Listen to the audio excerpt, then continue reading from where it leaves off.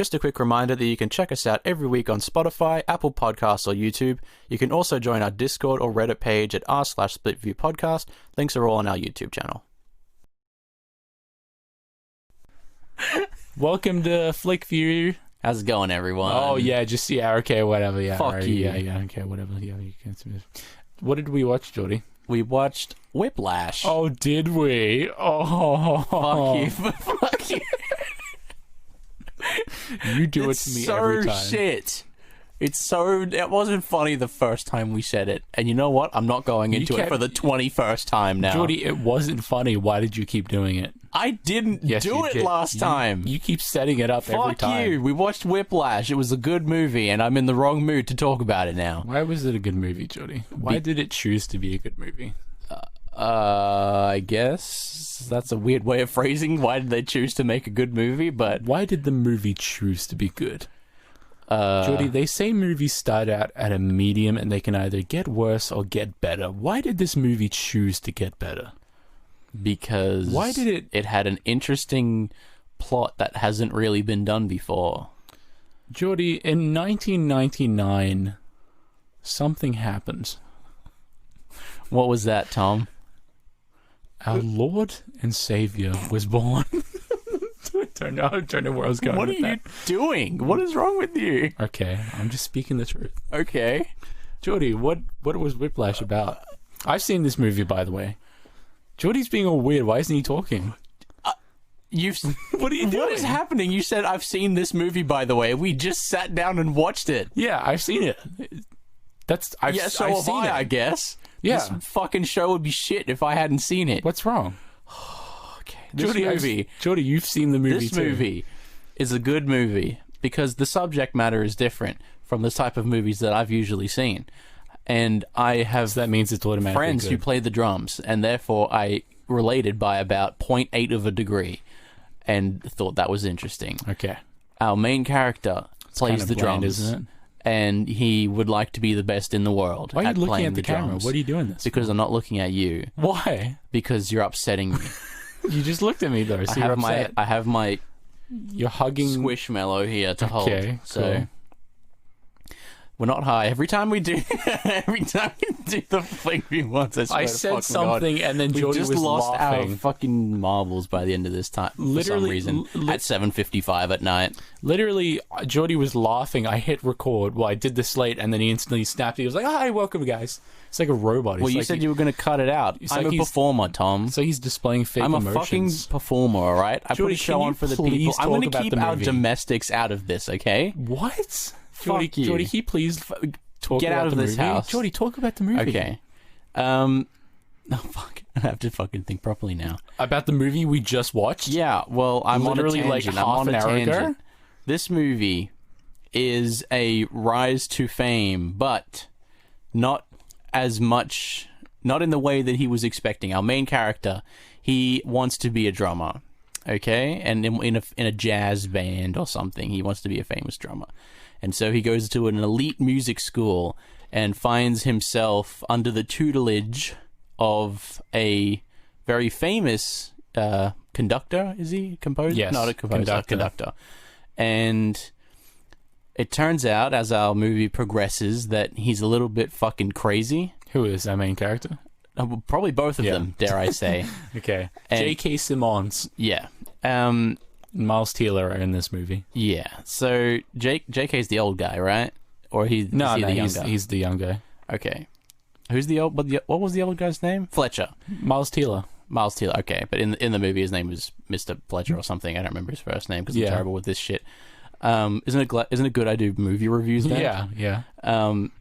Yeah. So he's the conductor, and as it progresses, you kind of realize that it's not just a happy-go-lucky type deal, and that it's a fucking elite school.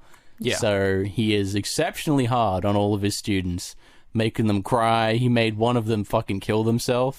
Did he really, though? Well, yes. He drove them to do it. I thought you were about to say he drove the car. No. Okay. He even fucking covered it up and said it was a car accident when they, hung themselves, wasn't it? Yeah, I think so. It's just, from what I've heard, not just from this movie, but I've heard a few sort of stories that, these elite music schools are really actually like this. I think it's mostly any like elite kind of discipline like that. The thing is, I don't think this movie is necessarily about the young kid. Whatever Not his name really, was. no. I think it's more about J.K. Simmons. Yeah. Did you notice when I switched the names up and I said them incorrectly? No, because I don't know their names to begin with. The fucking bald guy's name is J.K. Simmons. Oh. And I said Simmons. And then the young dude is Miles Teller, and I said Miles Teller, and you were just like, yeah.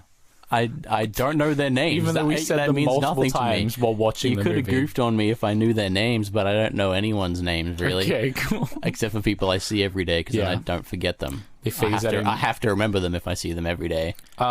So I think this movie's more about J.K. Simmons' character and whether it's kind of ethical, I guess, because that's...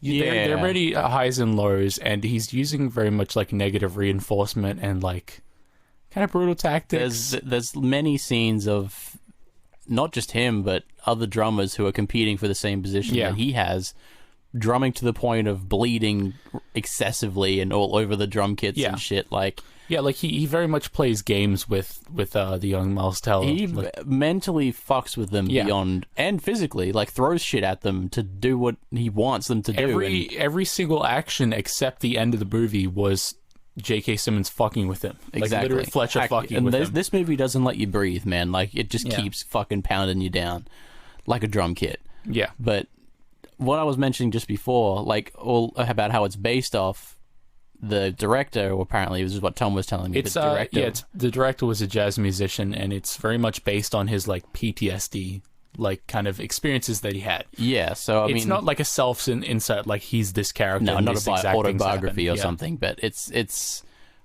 the fact that it even happens at all means that it's worth making a movie about. Because I have heard of this aside from it, that these types of movies, these types of schools and stuff can just be absolutely fucking brutal.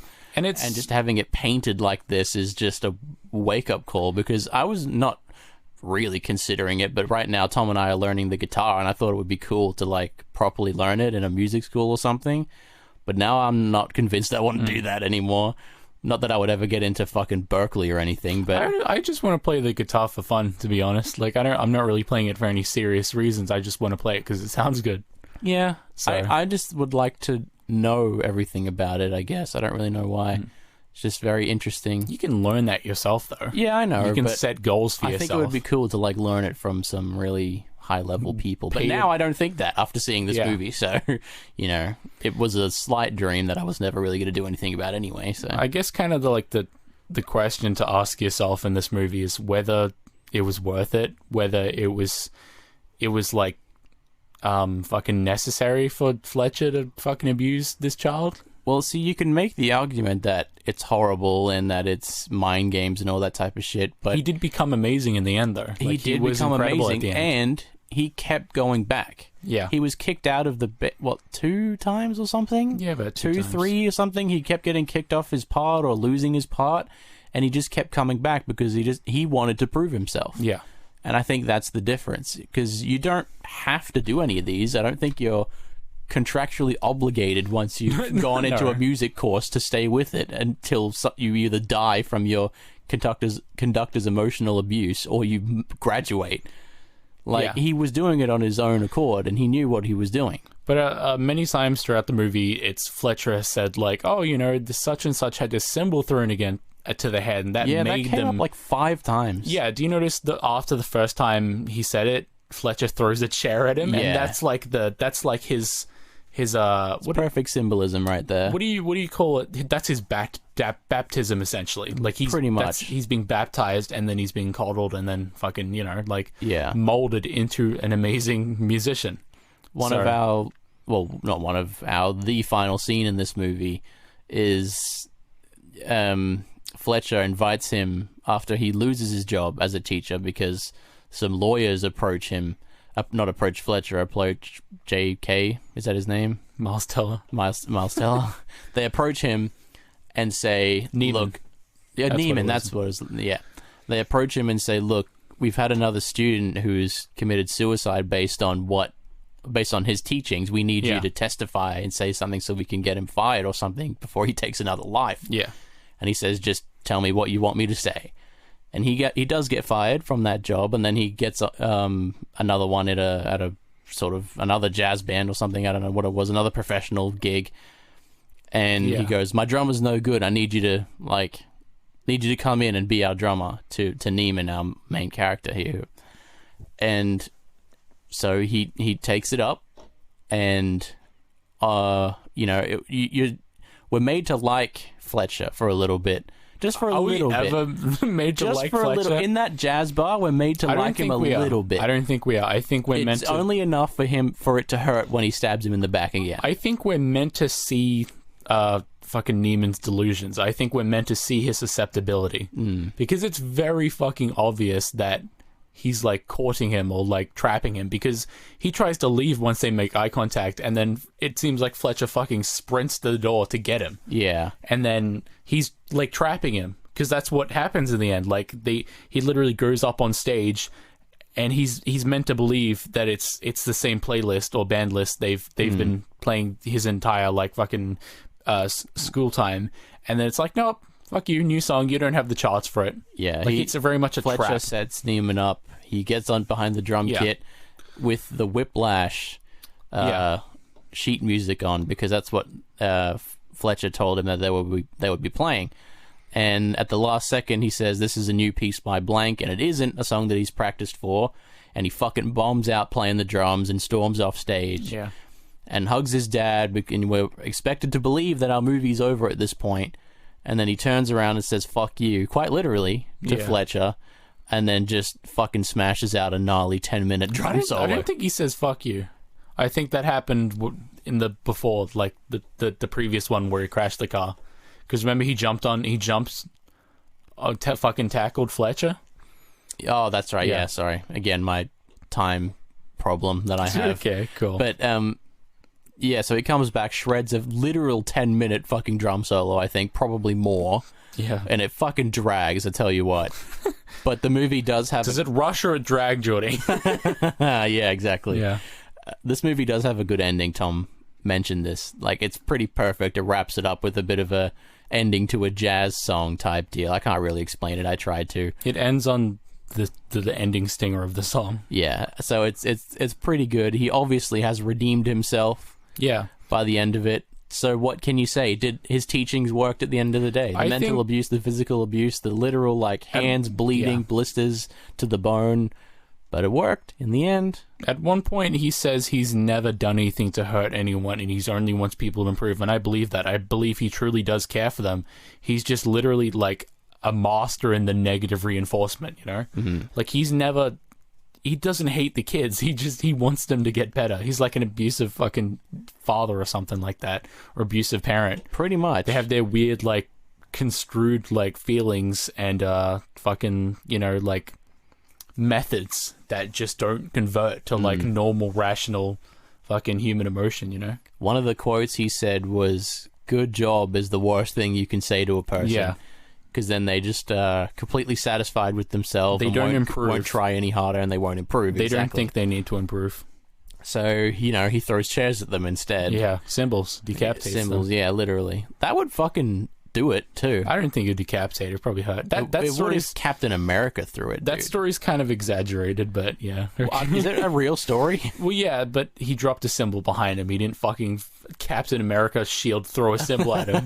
He just dropped a symbol behind him. That's a bit lame. Rewrite history a bit there, so it sounds a bit cooler. Yeah.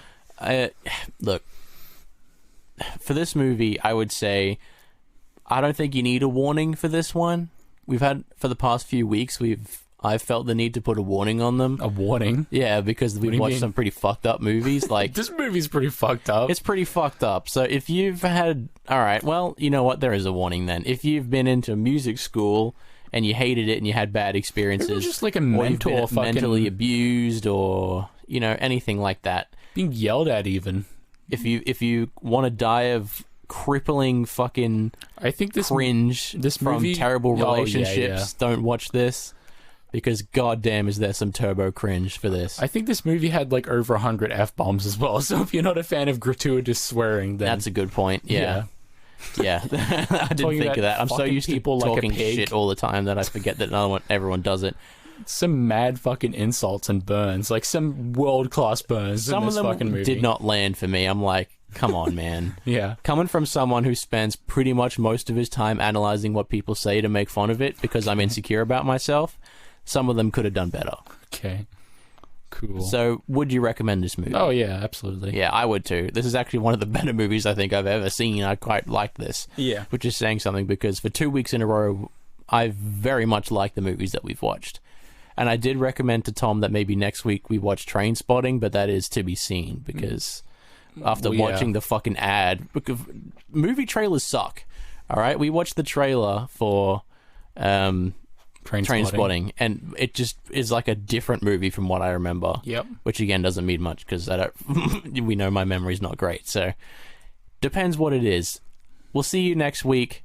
Watch this movie because it's pretty good. Sayonara. Fucking weeb.